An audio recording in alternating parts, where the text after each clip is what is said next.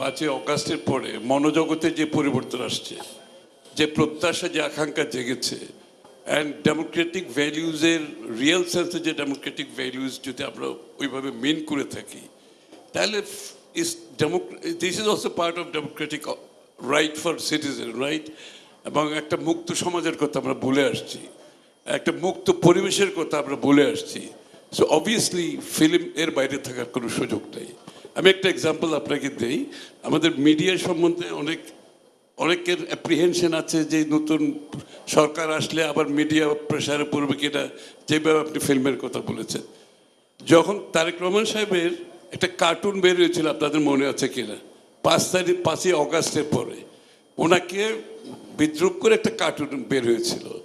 তো ওটা অনেকই এত সেন্সিটিভ একটা ছিল যে অনেকে উনি রিয়েক্ট করবেন, কিন্তু উনি কোনোভাবে এটার প্রতিবাদ করবেন।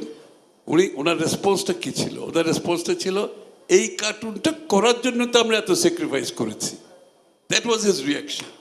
এই কার্টুনটা যাতে আমরা করতে পারি, this is what we have given a sacrifice for last 10-15 years ধরে।